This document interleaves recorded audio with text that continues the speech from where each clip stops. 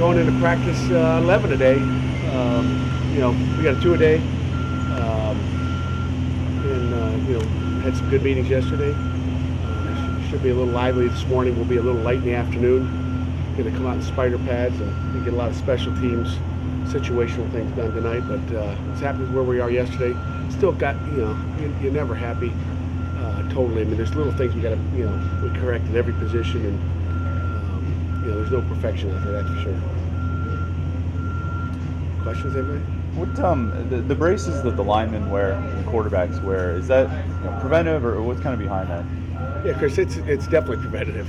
We want all our own linemen. You think our D linemen want to wear those? Matter of fact, the first day, we had a guy not wearing them, thinking, it's shorts, but anybody can fall on anybody, and those things save on the doctor's bills, I guess.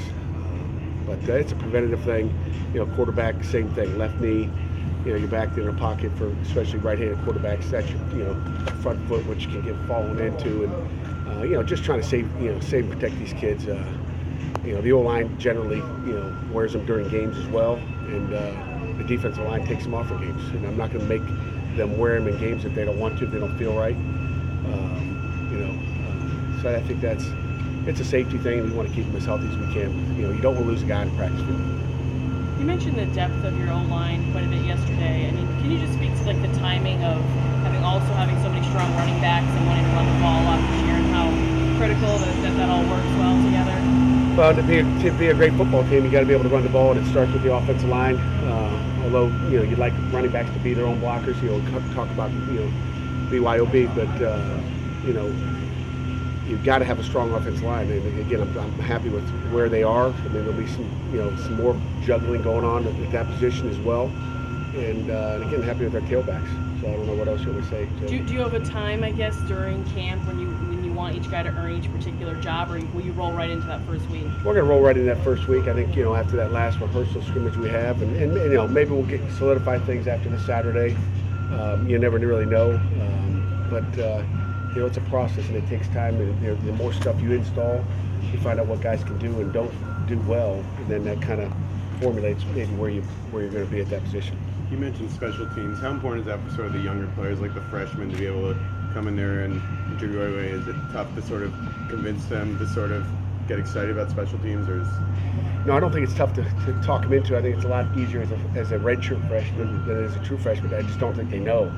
I mean, if you sat in the meetings up there that we sit in, and you sit in an offensive meeting or defensive meeting for 50 minutes, and then all of a sudden you go to a 20-minute special teams meeting, after the 40 or 50 minutes, your head's already spinning. So I don't know if it's a point where they don't want to do it. I think it's a point of where they're like, whoa, one particular individual after his first meeting came up to me and was like, "Coach, I don't know what's going on," But that's where that was a kid being honest. There was 3 more of them that didn't know but didn't say a word. But I said, "Hey, don't worry about it. You're gonna be fine. It's gonna take time." How do you respond to a kid like that, man? Just like I did. Hey, it's gonna be okay. Relax. I mean, everybody's gonna take it a little different. I mean, he just had these eyes about that big, like, "Whoa, what just happened to me?" And it's it's hard to take. It's hard to take it all in, especially for a freshman. The depth you guys have on offense, wide receiver, running back, offensive line, does it make it a little bit easier to evaluate the backup quarterback spot when you know that, okay, well, they're still working with really quality skill guys? Yeah, it is. I mean, they're at least surrounded with a little talent. The quarterback's being protected. Sometimes, behind a number 2 offensive line, you feel like, well, that guy doesn't have a chance to get his eyes down the field because he's worried about getting hit in the mouth. So I certainly think that, especially with the offensive line, I don't think you need to have all the talent in the world out there as long as you get protection. It's hard to throw the ball to, you can throw it to Tyler Boyd again, but if you don't have those guys, it doesn't matter. You can't get it to him.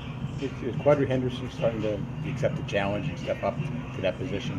Quadri Henderson is always accepted. I mean, he's a freshman that came in and played a lot for us and made some big plays for us. But I think he's gotten better. I think you'll see a much improved Quadri Henderson this year. But he's always been a confident. I think he's always stepped up to the challenge.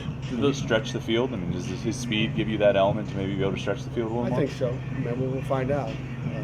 Right now, today probably won't, but Quadri's fast. He's got good wheels. Have Dantes, Quadri, and Jester really kind of separated themselves from the rest of the pack so far?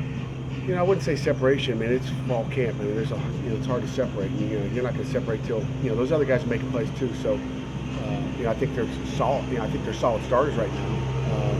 But there's not a whole lot of separation. Those other guys can make plays too. Final?